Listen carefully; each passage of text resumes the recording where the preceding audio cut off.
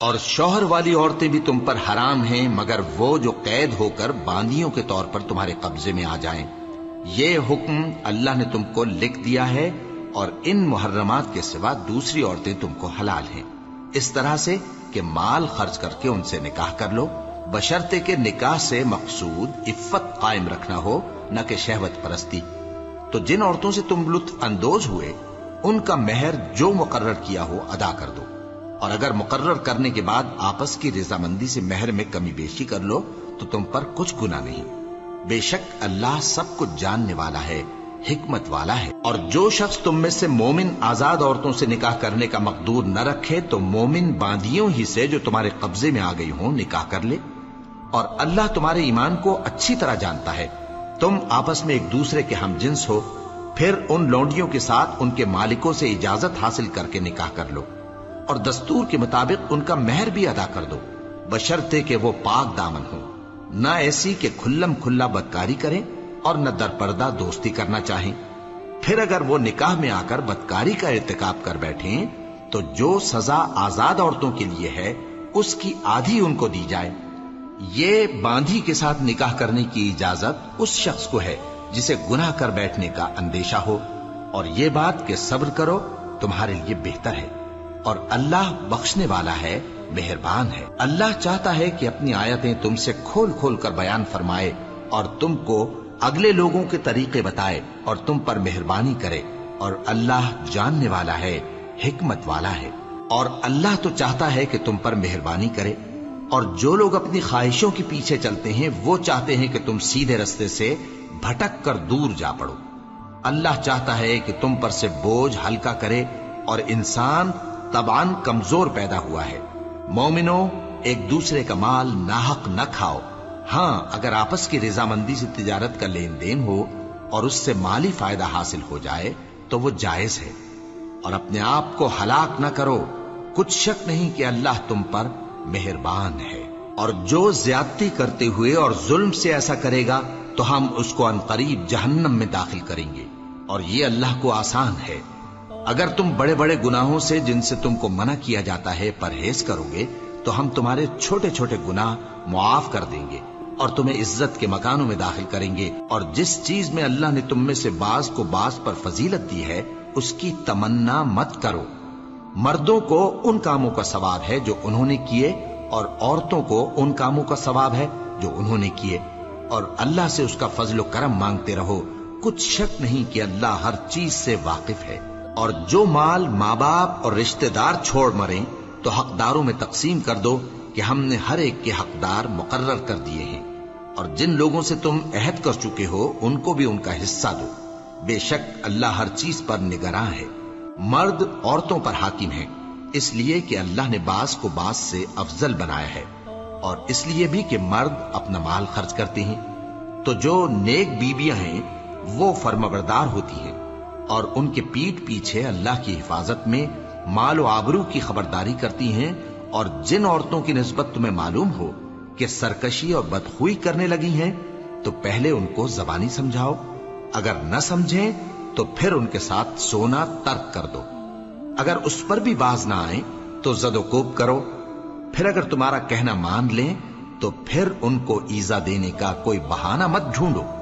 بے شک اللہ بہت اونچا ہے، بڑا ہے۔ اور اگر تم لوگوں کو معلوم ہو کہ میاں بیوی میں ان بن ہے تو ایک منصف مرد کے خاندان میں سے اور ایک منصف عورت کے خاندان میں سے مقرر کرو، وہ اگر صلح کرا دینی چاہیں گے تو اللہ ان میں موافقت پیدا کر دے گا۔ کچھ شک نہیں کہ اللہ سب کچھ جانتا ہے، سب باتوں سے خبردار ہے۔ اور اللہ ہی کی عبادت کرو اور اس کے ساتھ کسی چیز کو شریک نہ بناؤ، اور ماں باپ اور قرابت والوں اور یتیموں اور ناداروں اور رشتہ دار ہمسایوں اور اجنبی ہمسایوں اور پاس بیٹھنے والوں اور مسافروں اور جو لوگ تمہارے قبضے میں ہوں سب کے ساتھ حسن سلوک کرو، بے شک اللہ تکبر کرنے والے، بڑائی مارنے والے کو دوست نہیں رکھتا۔ جو خود بھی بخل کریں اور لوگوں کو بھی بخل سکھائیں، اور جو مال اللہ نے ان کو اپنے فضل سے عطا فرمایا ہے اسے چھپا چھپا کے رکھیں، اور ہم نے کافروں کے لیے ذلت کا عذاب تیار کر رکھا ہے۔ اور جو خرچ بھی کریں تو اللہ کے لیے نہیں بلکہ لوگوں کے دکھانے کو،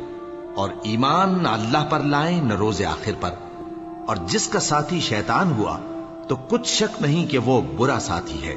اور اگر یہ لوگ اللہ پر اور روز قیامت پر ایمان لاتے اور جو کچھ اللہ نے ان کو دیا تھا اس میں سے خرچ کرتے تو ان پر کیا مصیبت آ پڑتی، اور اللہ ان کو خوب جانتا ہے۔ اللہ کسی کی ذرہ بر بھی حق تلفی نہیں کرتا، اور اگر کسی نے نیکی کی ہوگی تو اس کو کئی گنا کر دے گا اور اپنے ہاں سے اجر عظیم بخشے گا۔ بھلا اس دن کیا حال ہوگا جب ہم ہر امت میں سے احوال بتانے والے کو بلائیں گے اور تم کو اے نبی صلی اللہ علیہ وآلہ وسلم ان لوگوں کا حال بتانے کو بطور گواہ طلب کریں گے۔ اس روز کافر اور پیغمبر کے نافرمان آرزو کریں گے کہ کاش ان کو دھسا کر زمین برابر کر دی جاتی، اور وہ اللہ سے کوئی بات چھپا نہیں سکیں گے۔ مومنو، جب تم نشے کی حالت میں ہو تو جب تک ان الفاظ کو جو منہ سے کہو سمجھنے نہ لگو نماز کے پاس نہ جاؤ، اور جنابت کی حالت میں بھی نماز کے پاس نہ جاؤ یہاں تک کہ غسل کر لو۔ ہاں، اگر بحالت سفر رستے چلے جا رہے ہو اور پانی نہ ملنے کے سبب غسل نہ کر سکو تو تیمم کر کے نماز پڑھ لو، اور اگر تم بیمار ہو یا سفر میں ہو یا کوئی تم میں سے بیت الخلا سے ہو کر آیا ہو یا تم نے عورتوں سے مقاربت کی ہو اور تمہیں پانی نہ ملے تو پاک مٹی لو اور منہ اور ہاتھوں کا مسح کر کے تیمم کر لو، بے شک اللہ معاف کرنے والا ہے، بخشنے والا ہے۔ بھلا تم نے ان لوگوں کو نہیں دیکھا جن کو کتاب سے حصہ دیا گیا تھا کہ وہ گمراہی کو خریدتے ہیں اور چاہتے ہیں کہ تم بھی رستے سے بھٹک جاؤ، اور اللہ تمہارے دشمنوں سے خوب واقف ہے، اور اللہ ہی کافی کارساز ہے اور اللہ ہی کافی مددگار ہے۔ اور یہ جو یہودی ہیں ان میں کچھ لوگ ایسے بھی ہیں کہ کتاب اللہ کے کلمات کو ان کے مقامات سے ہٹا دیتی ہیں اور کہتے ہیں کہ ہم نے سن لیا اور نہیں مانا، اور کہتے ہیں سنو نہ سنوائے جاؤ، اور زبان کو مروڑ کر اور دین میں طعن کی راہ سے تم سے گفتگو کے وقت راعینا کہتے ہیں، اور اگر یوں کہتے کہ ہم نے سن لیا اور مان لیا اور صرف اسمع اور راعینا کی جگہ انظرنا کہتے تو ان کے حق میں بہتر ہوتا اور بات بھی بہت درست ہوتی، لیکن اللہ نے ان کے کفر کے سبب ان پر لعنت کر رکھی ہے تو یہ کچھ تھوڑے ہی ایمان لاتے ہیں۔ اے کتاب والو، قبل اس کے کہ ہم کچھ چہروں کو مٹا دیں اور پھر ان کی پیٹھ کی طرف پھیر دیں یا ان پر اس طرح لعنت کریں جس طرح ہفتے والوں پر لعنت کی تھی، ہماری نازل فرمائی ہوئی کتاب پر جو تمہاری کتاب کی بھی تصدیق کرتی ہے ایمان لے آؤ، اور اللہ نے جو حکم فرمایا سو سمجھ لو کہ ہو چکا۔ اللہ اس گناہ کو نہیں بخشے گا کہ کسی کو اس کا شریک بنایا جائے، اور اس کے سوا اور گناہ جس کو چاہے معاف کر دے، اور جس نے اللہ کا شریک مقرر کیا اس نے بڑا بہتان باندھا۔ کیا تم نے ان لوگوں کو نہیں دیکھا جو اپنے آپ کو پاکیزہ کہتے ہیں؟ نہیں، بلکہ اللہ ہی جس کو چاہتا ہے پاکیزہ کرتا ہے، اور ان پر دھاگے برابر بھی ظلم نہیں ہوگا۔ دیکھو یہ اللہ پر کیسا جھوٹ طوفان باندھتے ہیں، اور یہی کھلا گناہ کافی ہے۔ بھلا تم نے ان لوگوں کو نہیں دیکھا جن کو کتاب سے حصہ دیا گیا ہے کہ بتوں اور شیطان کو مانتے ہیں، اور کفار کے بارے میں کہتے ہیں کہ یہ لوگ مومنوں کی نسبت سیدھے رستے پر ہیں۔ یہی لوگ ہیں جن پر اللہ نے لعنت کی ہے، اور جس پر اللہ لعنت کرے تو تم اس کا کسی کو مددگار نہ پاؤ گے۔ کیا ان کے پاس بادشاہی کا کچھ حصہ ہے؟ اس صورت میں تو یہ لوگوں کو تل برابر بھی نہ دیں گے، یا جو اللہ نے لوگوں کو اپنے فضل سے دے رکھا ہے اس کا حسد کرتے ہیں۔ تو ہم نے خاندان ابراہیم کو کتاب اور دانائی عطا فرمائی تھی اور سلطنت عظیم بھی بخشی تھی، پھر لوگوں میں سے کسی نے تو اس کتاب کو مانا اور کوئی اس سے رکا رہا، تو ان نہ ماننے والوں کے لیے دوزخ کی جلتی ہوئی آگ کافی ہے۔ جن لوگوں نے ہماری آیتوں سے کفر کیا ان کو ہم عنقریب آگ میں داخل کریں گے، جب کبھی ان کی کھالیں گل جائیں گی تو ہم ان کو اور کھالیں بدل کر دیں گے تاکہ ہمیشہ عذاب کا مزہ چکھتے رہیں۔ بے شک اللہ غالب ہے، حکمت والا ہے۔ اور جو لوگ ایمان لائے اور عمل نیک کرتے رہے ان کو ہم بہشتوں میں داخل کریں گے جن کے نیچے نہریں بہ رہی ہیں، وہ ان میں ہمیشہ ہمیشہ رہیں گے، وہاں ان کے لیے پاک بیویاں ہیں اور ان کو ہم گھنے سائے میں داخل کریں گے۔ مسلمانوں، اللہ تم کو حکم دیتا ہے کہ امانت والوں کی امانتیں ان کے حوالے کر دیا کرو، اور جب لوگوں میں فیصلہ کرنے لگو تو انصاف سے فیصلہ کیا کرو۔ اللہ تمہیں بہت خوب نصیحت کرتا ہے، بے شک اللہ سنتا ہے، دیکھتا ہے۔ مومنو، اللہ اور اس کے رسول کی فرما برداری کرو، اور جو تم میں سے صاحب حکومت ہیں ان کی بھی۔ پھر اگر کسی بات میں تم میں اختلاف واقع ہو تو اگر اللہ اور روز آخر پر ایمان رکھتے ہو تو اس میں اللہ اور اس کے رسول کے حکم کی طرف رجوع کرو۔ یہ بہت اچھی بات ہے اور اس کا انجام بھی اچھا ہے۔ کیا تم نے ان لوگوں کو نہیں دیکھا جو دعویٰ تو یہ کرتے ہیں کہ جو کتاب تم پر نازل ہوئی اور جو کتابیں تم سے پہلے نازل ہوئیں ان سب پر ایمان رکھتے ہیں، اور چاہتے یہ ہیں کہ اپنا مقدمہ اللہ کے باغی کے پاس لے جا کر فیصل کرائیں، حالانکہ ان کو حکم دیا گیا تھا کہ اس کو نہ مانیں، اور شیطان تو یہ چاہتا ہے کہ ان کو بہکا کر رستے سے دور ڈال دے۔ اور جب ان سے کہا جاتا ہے کہ جو حکم اللہ نے نازل فرمایا اس کی طرف رجوع کرو اور پیغمبر کی طرف آؤ، تو تم منافقوں کو دیکھتے ہو کہ تم سے گریز کرتے اور رکے جاتے ہیں۔ پھر کیسی ندامت کی بات ہے کہ جب ان کے اعمال کی شامت سے ان پر کوئی مصیبت واقع ہوتی ہے تو تمہارے پاس بھاگے آتے ہیں اور قسمیں کھاتے ہیں کہ واللہ ہمارا مقصود تو بھلائی اور مصالحت تھا۔ ان لوگوں کے دلوں میں جو جو کچھ ہے اللہ اس کو خوب جانتا ہے۔ تم ان کی باتوں کا کچھ خیال نہ کرو اور انہیں نصیحت کرو اور ان سے ایسی باتیں کہو جو ان کے دلوں میں اثر کر جائیں۔ اور ہم نے جو پیغمبر بھی بھیجا ہے تو اسی لیے بھیجا ہے کہ اللہ کے فرمان کے مطابق اس کا حکم مانا جائے۔ اور یہ لوگ جب اپنے حق میں ظلم کر بیٹھے تھے، اگر تمہارے پاس آتے اور اللہ سے بخشش مانگتے اور پیغمبر بھی ان کے لیے بخشش طلب کرتے تو اللہ کو معاف کرنے والا بڑا مہربان پاتے۔ پس تمہارے پروردگار کی قسم، یہ لوگ جب تک اپنے تنازعات میں تمہیں منصف نہ بنائیں اور جو فیصلہ تم کر دو اس سے اپنے دل میں تنگ بھی نہ ہو بلکہ اس کو خوشی سے مان لیں، تب تک مومن نہیں ہوں گے۔ اور اگر ہم ان پر فرض کر دیتے کہ اپنے آپ کو قتل کر ڈالو یا اپنے گھر چھوڑ کر نکل جاؤ تو ان میں سے تھوڑے ہی لوگ ایسا کرتے، اور اگر یہ اس نصیحت پر کاربند ہوتے جو ان کو کی جاتی ہے تو ان کے حق میں بہتر اور دین میں زیادہ ثابت قدمی کا موجب ہوتا، اور اس صورت میں ہم ان کو اپنے ہاتھ سے اجر عظیم بھی عطا فرماتے اور ان کو سیدھا رستہ بھی دکھاتے۔ اور جو لوگ اللہ اور اس کے رسول کی اطاعت کرتے ہیں وہ قیامت کے روز ان لوگوں کے ساتھ ہوں گے جن پر اللہ نے بڑا فضل کیا، یعنی انبیاء اور صدیق اور شہید اور صالحین،